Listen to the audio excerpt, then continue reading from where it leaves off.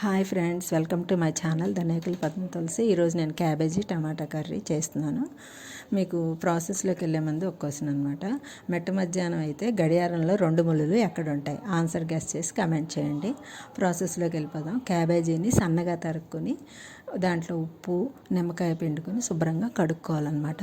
నిమ్మకాయ ఎందుకంటే క్యాబేజీ ఉడికేటప్పుడు ఒక వాసన వస్తుంది, అది రాకుండా ఉంటుంది అనమాట. అందుకని నిమ్మకాయ వేసి కడుక్కోవాలి. మనం దీంట్లో కావాల్సింది ఏంటంటే, మన ఛానల్ని కనుక ఫస్ట్ టైం చూస్తున్నట్టయితే సబ్స్క్రైబ్ చేసుకుని బెల్ ఐకాన్ క్లిక్ చేయండి. దీంట్లో కావాల్సింది ఏంటి? ఉల్లిపాయలు, టమాటాలు, పచ్చిమిరపకాయలు, అల్లం చిన్నులపాయ పేస్టు.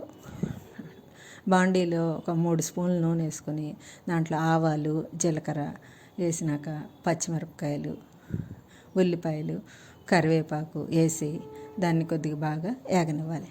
ఉల్లిపాయలు వేగేటప్పుడు దాంట్లో కొద్దిగా ఉల్లిపాయలు వేసేటప్పుడు మనం దాంట్లో ఉప్పు వేసుకుంటే కొంచెం తొందరగా మగ్గుతాయి అన్నమాట. ఉల్లిపాయలు వేగేటప్పుడే మనం పసుపు కూడా వేసుకుంటే పసుపు ఉప్పు వేసుకొని కొద్దిగా మగ్గనిచ్చి దాంట్లోనే మగ్గిన తర్వాత గోల్డెన్ బ్రౌన్ కొద్దిగా ఉల్లిపాయలు వేగిన తర్వాత చిన్నులపాయ పేస్ట్ ఉంది కదా, అది వేసుకుని దాన్ని యాగనివ్వాలి. అల్లం చిన్నులపాయ పేస్ట్ పచ్చివాసన పోయేదాకా వేపుకోవాలి, లేకపోతే కూర అంతా కూడా టేస్ట్ మారిపోతుంది అనమాట.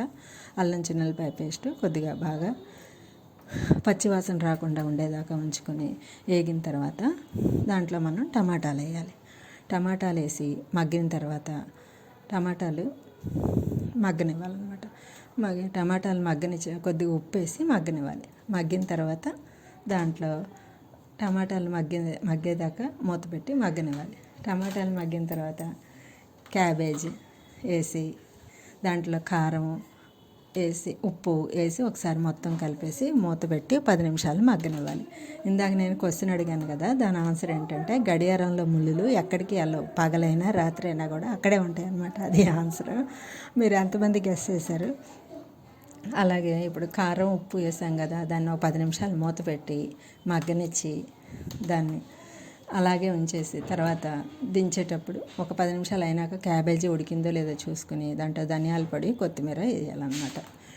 అలా చేస్తే టేస్టీగా ఉండి క్యాబేజీ టమాటా కర్రీ రెడీ అయిపోతుంది. రైస్లోకైనా చపాతీలోకైనా బాగుంటుంది అనమాట.